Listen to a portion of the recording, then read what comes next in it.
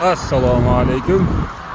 Fransiyadamiz. Parijdan bir 50 kilometr o'tib to'xtadim. Smena, xudo xolasa uyga qaytamiz endi.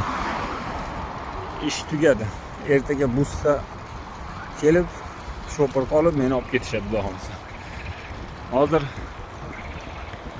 kuxnya ham yo'qim, yig'ishtirib sumkaga joyladim, qornim ochib ketdi. İnternetten ko'rsam 1,5 kilometrda Turetskiy kafe bor ekan. Beliydi shart tushirdim tag'in. Uzun qilib kelaylik deb ketyapmiz endi mana. Xudo xolasa.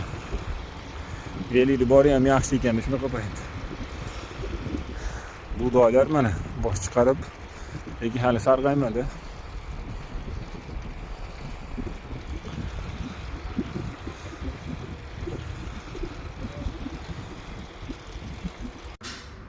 Kela olish kerak mana.